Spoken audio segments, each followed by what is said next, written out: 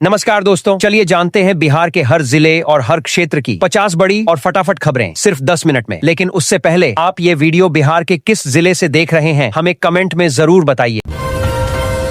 बिहार में आज मौसम का मिजाज बदला हुआ है। दिन का तापमान करीब 40 डिग्री तक पहुंच गया है, जिससे लोगों को तेज गर्मी का सामना करना पड़ रहा है। मौसम विभाग ने शाम और रात के समय कई जिलों में बारिश और वज्रपात की चेतावनी जारी की है। किसानों को सलाह दी गई है कि कटे हुए अनाज को सुरक्षित स्थान पर रखें। तेज हवा और बिजली गिरने की संभावना को देखते हुए लोगों को सतर्क रहने की अपील की गई है, ताकि किसी भी तरह की दुर्घटना से बचा जा सके।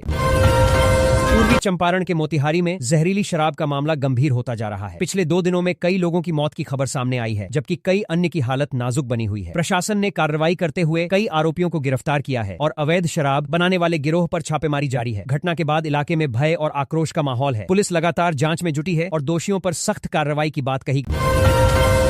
राजधानी पटना में एक मासूम बच्ची के साथ हुई गंभीर घटना ने सभी को झकझोर दिया है। इस मामले के बाद लोगों में भारी गुस्सा देखने को मिल रहा है। पुलिस ने तुरंत कार्रवाई करते हुए मामला दर्ज कर लिया है और आरोपी की तलाश में छापेमारी की जा रही है। जांच के लिए फॉरेंसिक टीम को भी लगाया गया है। प्रशासन ने भरोसा दिलाया है कि दोषियों को जल्द पकड़कर कड़ी सजा दिलाई जाएगी, ताकि भविष्य में ऐसी घटनाओं को रोका जा सके।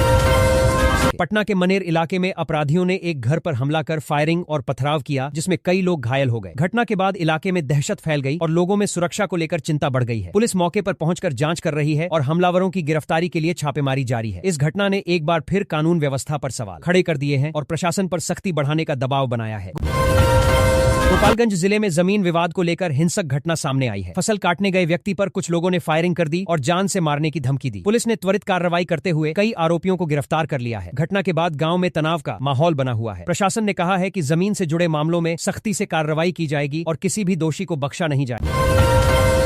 बांका जिले में तेज रफ्तार के कारण बड़ा सड़क हादसा हो गया, जिसमें बाइक सवार 3 युवकों की मौके पर ही मौत हो गई। टक्कर इतनी जोरदार थी कि वाहन बुरी तरह क्षतिग्रस्त हो गए। कार सवार कुछ लोग घायल हुए हैं, जिन्हें अस्पताल में भर्ती कराया गया है। पुलिस ने मामले की जांच शुरू कर दी है। शुरुआती जानकारी के अनुसार तेज गति और लापरवाही इस हादसे का मुख्य कारण बताया जा रहा है। राज्य में नगर निकाय व्यवस्था को मजबूत करने के लिए सरकार ने नई पहल की घोषणा की है। अब सशक्त स्थायी समिति के गठन के लिए चुनाव प्रक्रिया लागू की जाएगी। इसमें पार्षद गुप्त मतदान के जरिए सदस्यों का चयन करेंगे, जिससे पारदर्शिता बढ़ेगी। पहले यह अधिकार कुछ पदाधिकारियों तक सीमित था। सरकार का कहना है कि इस बदलाव से प्रशासनिक कार्यों में सुधार आएगा और भ्रष्टाचार को कम करने में मदद मिलेगी। मुंगेर में आयोजित जनसंवाद कार्यक्रम में लोगों की समस्याओं को सीधे सुना जा रहा है। इस दौरान जमीन और राजस्व से जुड़े मामलों के समाधान के लिए कई काउंटर बनाए गए हैं। लोग अपनी शिकायत सीधे अधिकारियों और मंत्री के सामने रख रहे हैं। सरकार का उद्देश्य लंबित मामलों को तेजी से निपटाना और पारदर्शिता बढ़ाना है। इस पहल से लोगों को राहत मिलने की उम्मीद जताई जा रही है। बिहार में सार्वजनिक परिवहन को बेहतर बनाने के लिए सरकार नई एसी बसें शुरू करने की तैयारी में है। इन बसों में ऑनलाइन टिकट बुकिंग और मासिक पास की सुविधा उपलब्ध होगी। महिलाओं, बुजुर्गों और दिव्यांग यात्रियों के लिए विशेष सुविधाएं भी दी जाएंगी। पहले चरण में यह सेवा कुछ प्रमुख जिलों में शुरू की जाएगी। इससे यात्रियों को आरामदायक यात्रा के साथ आधुनिक सुविधाओं का लाभ मिलेगा। राज्य में फिल्म निर्माण को बढ़ावा देने के लिए नई नीति लागू की जा रही है। इसके तहत फिल्म निर्माताओं को कई तरह की सुविधाएं और प्रोत्साहन दिए जाएंगे। इससे बिहार में शूटिंग बढ़ेगी और स्थानीय लोगों को रोजगार के नए अवसर मिलेंगे। सरकार स्टूडियो और तकनीकी ढांचे के विकास पर भी काम कर रही है। इस पहल से पर्यटन को भी बढ़ावा मिलने की संभावना जताई जा रही है।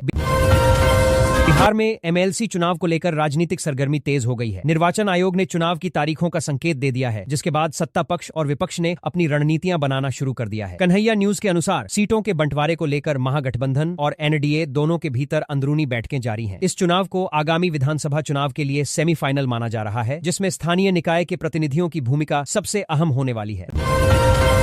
राजगीर के नवनिर्मित स्पोर्ट्स कॉम्प्लेक्स में हॉकी का रोमांच चरम पर है। आज हुए एक महत्वपूर्ण मुकाबले में गोवा की टीम ने राजस्थान को 7-0 के बड़े अंतर से रौंद दिया। इस मैच में गोवा के स्ट्राइकर्स ने शुरू से ही दबाव बनाए रखा, राजस्थान के डिफेंस को संभलने का मौका नहीं दिया। बिहार सरकार की खेल पहल के तहत आयोजित इस टूर्नामेंट को देखने के लिए भारी भीड़ उमड़ रही है, जिससे राज्य में खेल संस्कृति को नया बढ़ावा मिल रहा है। बिहार विद्यालय परीक्षा समिति द्वारा जारी 12वीं के नतीजों के बाद आज भी छात्र और अभिभावकों के बीच भारी उत्साह बना हुआ है। इस साल समस्तीपुर के आदित्य प्रकाश अमन ने साइंस स्ट्रीम में 96% अंक हासिल कर पूरे राज्य में टॉप किया है। वहीं गया की निशु कुमारी ने आर्ट्स में झंडे गाड़े हैं। सरकार ने घोषणा की है कि सभी जिला टॉपर्स को विशेष समारोह में सम्मानित किया जाएगा।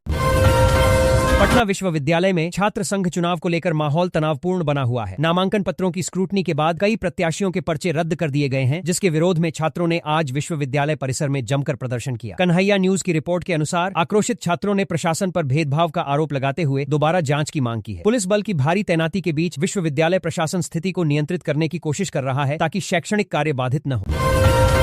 बिहार की राजनीति में नीतीश कुमार के अगले कदम को लेकर कन्हैया भेलारी जैसे विश्लेषकों ने बड़ी चर्चा छेड़ दी है। राज्यसभा नामांकन और आगामी चुनावी समीकरणों को देखते हुए नीतीश कुमार की नई रणनीति विपक्ष को चौंका सकती है। चर्चा है कि वे अपनी सोशल प्रोग्राम को दूर रहाकर इंजीनियरिंग को और मजबूत करने के लिए कुछ बड़े प्रशासनिक और राजनीतिक फेरबदल कर सकते हैं। राजनीतिक गलियारों में इस बात की चर्चा तेज है कि जदयू फिर से अपनी जमीन मजबूत करने के लिए कई नए और युवा चेहरों को आगे ला सकती है।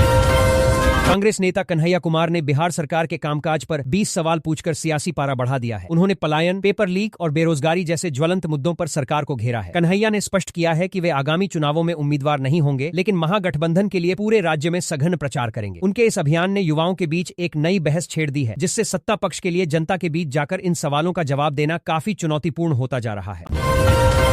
अप्रैल की शुरुआत के साथ ही बिहार में गर्मी ने अपने तीखे तेवर दिखाने शुरू कर दिए हैं। मौसम विभाग ने पटना समेत कई जिलों में हीट वेव यानी लू का अलर्ट जारी किया है। तापमान 42 डिग्री सेल्सियस के पार पहुंचने की प्रबल संभावना है। स्वास्थ्य विभाग ने लोगों को दोपहर 12 बजे से 3 बजे के बीच बाहर निकलने से बचने की सलाह दी है। किसानों को भी अपनी फसलों की सिंचाई के लिए विशेष इंतजाम करने को कहा गया है, ताकि तेज धूप से फसलें झुलसने से बच सकें।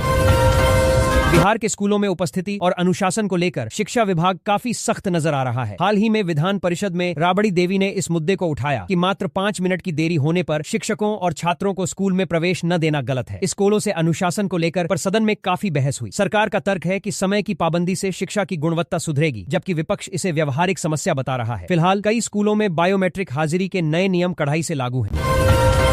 पटना में एक नीट छात्रा की संदिग्ध मौत के मामले में पुलिस की जांच अब अंतिम चरण में है। फॉरेंसिक लैब की रिपोर्ट और घर से मिले धमकी भरे पत्र की लिखावट के मिलान के बाद पुलिस को परिवार के ही एक करीबी सदस्य पर गहरा संदेह है। कन्हैया न्यूज के अनुसार पुलिस जल्द ही इस मामले में बड़ा खुलासा कर आरोपियों को गिरफ्तार कर सकती है। इस दुखद घटना ने कोचिंग सिटी के रूप में उभरते पटना में छात्रों की सुरक्षा और उनके मानसिक स्वास्थ्य पर गंभीर सवाल खड़े किए हैं। बिहार विधान परिषद में आज डीजे के अनियंत्रित उपयोग का मुद्दा जोर शोर से गूंजा। निर्दलीय एमएलसी वंशीधर ब्रजवासी ने बिना अनुमति के बजने वाले हाई डेसिबल डीजे से होने वाले ध्वनि प्रदूषण और सड़क दुर्घटनाओं का मामला उठाया। उन्होंने मांग की कि सरकार इन पर लगे प्रतिबंधों को धरातल पर कड़ाई से लागू करे। जवाब में सरकार ने कहा कि इस संबंध में पहले से ही सख्त दिशा निर्देश जारी हैं और नियमों का उल्लंघन करने वालों पर भारी जुर्माना और कानूनी कार्रवाई सुनिश्चित की जा रही है।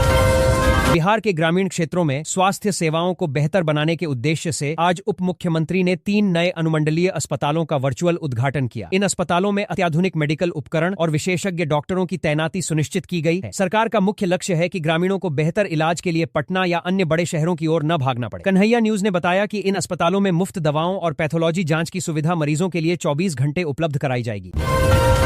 बिहार के विकास की गति को तेज करने के लिए केंद्र और राज्य सरकार ने आज 4 नई महत्वपूर्ण सड़क परियोजनाओं को हरी झंडी दिखाई है। इनमें उत्तर बिहार को दक्षिण बिहार से जोड़ने वाले एक विशाल नए पुल का निर्माण भी शामिल है। इन परियोजनाओं के पूरा होने से राज्य में व्यापार और सुगम परिवहन को काफी बढ़ावा मिलेगा। आधिकारिक सूत्रों के अनुसार इन सड़कों का निर्माण कार्य रिकॉर्ड समय में पूरा करने का लक्ष्य रखा गया है, जिससे राज्य के सुदूर ग्रामीण इलाकों की कनेक्टिविटी बेहतर होगी।